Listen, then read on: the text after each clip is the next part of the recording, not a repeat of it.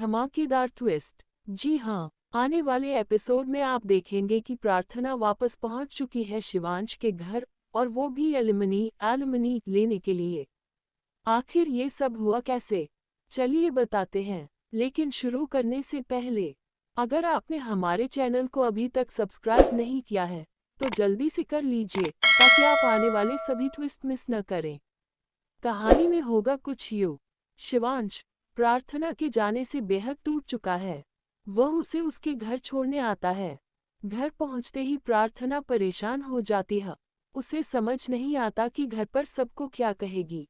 दरवाजे पर उसकी माँ मिलती है, जो नाराज होकर कहती है, इतनी रात को क्यों आई है? वापस अपने घर चली जा। हालांकि उसकी बहन उसे अंदर ले आती है और पूछती है कि क्या हुआ। तब प्रार्थना बताती है, मैं वो घर छोड़ आई हूँ। मैंने शिवांश को तलाक दे दिया है और अब कभी वापस नहीं जाऊंगी। माँ तुरंत समझ जाती है और कहती है, ये सब सोनालिका की वजह से हुआ है ना? वही शिवांश से शादी करना चाहती है। प्रार्थना चुप रहती है, लेकिन माँ की बात से सहमति झलकती है। फिर माँ कहती है, तू इस घर में नहीं रह सकती, तुझे वापस जाना ही होगा। प्रार्थना रोने लगती है, लेकिन बहन उसका साथ देती है। माँ, ये भी तो दीदी का घर है, यहाँ रह सकती है। माँ समझाती है, ये घर इसका है, पर वो घर भी इसका है। इसे अपना हक जताना होगा, वरना कल को कोई भी इसे घर से निकाल दे। आखिरकार माँ साफ कह देती है, अगर रहना है तो एलिमनी लेकर आनी होगी, वरना नहीं रह सकती। मजबूर होकर प्रार्थना माँ के साथ जाने के लिए राजी हो जाती है।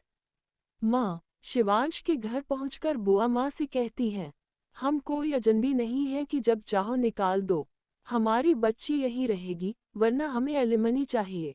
शिवांश सोचता है कि प्रार्थना उससे मिलने, उसके साथ रहने आई है। लेकिन बुआ माँ साफ कहती हैं, वो तेरे लिए नहीं, एलिमनी के लिए आई है। शिवांश खुद प्रार्थना से पूछता है, क्या तुम सच में एलिमनी के लिए आए हो? प्रार्थना माँ की तरफ देखती है और हाँ कह देती है। शिवांश का दिल टूट जाता है। अब कहानी और भी रोमांचक हो चुकी है, क्योंकि प्रार्थना लौट तो आई है, लेकिन एलिमनी के लिए। बुआ माँ शायद उसकी मांगी हुई रकम देने के लिए तैयार हो जाएंगी। लेकिन इसी बीच हमें प्रार्थना और शिवांश का एक छोटा सा इमोशनल मोमेंट भी देखने को मिलेगा।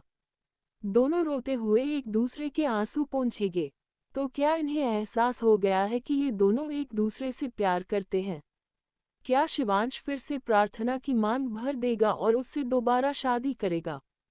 आपको क्या लगता है? अपने विचार कमेंट बॉक्स में लिखें। और हाँ, ऐसे ही अपडेट्स के लिए चैनल को सब्सक्राइब करना न भूलें।